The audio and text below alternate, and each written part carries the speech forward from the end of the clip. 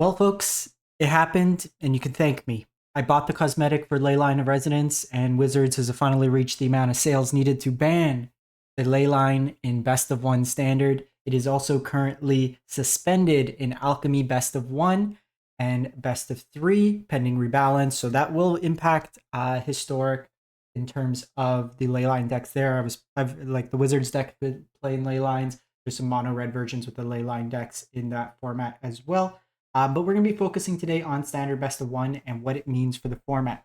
So the ban will be effective today, October 22nd. So it should go into the client. They do make mention, so players who had Leyline as part of their collection prior to the ban implementation will receive wildcards equal to the number in their collection. So we will get the wildcards back. What I do want to focus on today is for those mono red gamers, giving you some options on how you could kind of revise the deck in terms of still being usable in the format. And then we'll do another metagame breakdown in a couple days once we get some data to see where the metagame has shifted. We did one 2 days ago where Leyline was still prevalent. There's a bunch of decks that were kind of built to beat the Leyline deck. We might see more traditional mid-range, other creature kind of piles come up where they're not as susceptible. Something like Rabbits was pretty decent before Leyline, but struggles mightily against the mono red deck, so you might see something like that come back. But what we're going to do today is focus on kind of 5 builds that put up reasonable stats, even with Leyline around, but give you kind of a structure to look at. So we'll jump into it.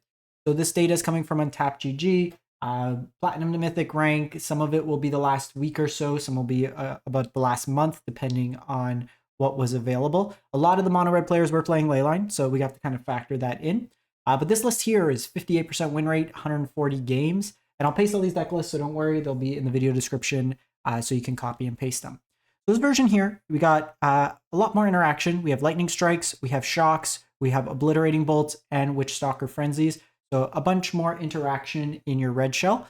It still has the core kind of mouse package, Emberheart Challenger, a couple Manifold Mouse, Heartfire Hero in here. This one's also playing Hired Claws, an additional 1-drop that just pings damage. You can put counters on it. It does have a Lizard synergy with the Rock-Face Village, so you can give it haste that way there. Still your Swiss Furies, your Monstrous Rages. This version here is 1 Godric, 4 Squeeze, so very grindy element in that. You may want, because Squeak does become a bit redundant being a legendary creature, you may want to go 3 and then play 3 Manifold Mice. This plays pretty nice with the various creatures you have in the deck. But that gives you one idea for the deck. There's also this version here, 53%, so much larger sample size, lower win rate relative. So this one here is a bit more prowessy focused. You have the Demonic Ruckus, you have the Might of the Meek in here, and then you have the full set Manifold Mouse as well as Slick Shot Show Off. So whereas this one is not playing Slick Shot because you're not playing as prowessy themed, this version here is with the Slick Shots and just kind of with the Ruckus, what we've seen in the past. The one thing I would probably say with this version here, playing full 4 Rockface Village when you have a number of like non-mice creature, or just non-creature spells, so the Ruckus, the Lightning Strike, stuff like that, it could prevent you from multi-spelling. I would probably play 2 Rockface Village, and then the rest play Mountains in the deck itself.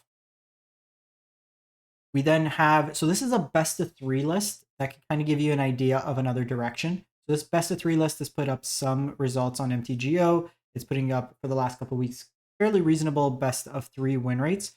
So we'll just focus on the main board, so 63% on this one. Notably, we have Screaming Nemesis in the 3-drop slot, some Witchstalker Frenzies, similar package in terms of removal, the Hired Claw. So similar to this first list that we saw, the change here is kind of your configuration of 3-mana spells, where this first list it had the 5 3-drop Squee and Godric. This one here is opting for just the Screaming Nemesis. We have 22 lands versus 21. So the difference, can't see the difference offhand. 2 Manifold, the full set there. Oh, the Witchstalker Frenzies still in. But yeah, just kind of playing the Screaming Nemesis instead. Kind of prevents the life gain. There's a sideboard here if you're interested, but for best of 1 purposes, gives you kind of the anti-life gain effect that's mixed in there. Slightly different take on mono red if you want to still play red cards. but a little bit different build. This is big red. So prowess elements would not be there. You might have the forges. This one is playing like overlords, cots. You have screaming nemesis, Urbrass forge. Scoundrel helps you ramp into it. You have demand answers, discard and draw for some card advantage. Pyroclasm as a sweeper, scorching shot, torch tower as cheap removal. Untimely malfunction. I would probably not play this card and instead just play like either the full set of Torch to Towers, you can play Lightning Strikes, just have some more flexible removal in that shell, I think would be beneficial, all things considered. You have some utility lands. The Fountain Port or Brass Forge is the draw engine for the deck. And lastly, not really strict mono red, but if you have the cards and enjoyed kind of that prowessy theme, Gruul, Prowess, and Best of One is a solid deck. So you still have your elements, your slick shots, your Emberheart Challengers, Manifold Mouse, all those jazz. Green gives you access to Snakeskin Veil as a protection effect. You also have Innkeeper's Talent to put counters. Each time you put a counter on a creature, if it's one of the mice with Valiant, it triggers that Valiant ability. And then you have Questing Druid for some card advantage. The big thing is we got Thornspire Verge, which is another untapped dual land, which helps the deck, so you don't have to play kind of tap as many tap lands or the stupid name a color land that doesn't pains you and just terrible card. But this is another kind of adaptation. It's very similar to like even the Pioneer version, so the power level is quite high on something like this. So giving you idea if you have the cards, especially with the mana base, something to explore that branches out slightly outside of the mono red. So that's kind of it. Welcome your thoughts on the ban, what you think, if it should be extended to best of 3 as well.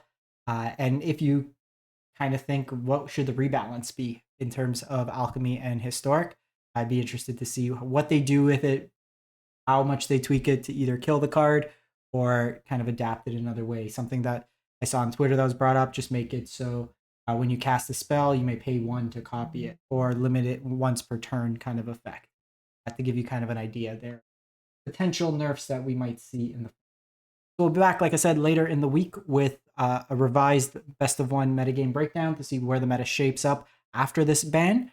And we'll be back with the rest of the installments of the other formats, as well as the standard tournament report towards the end of the week.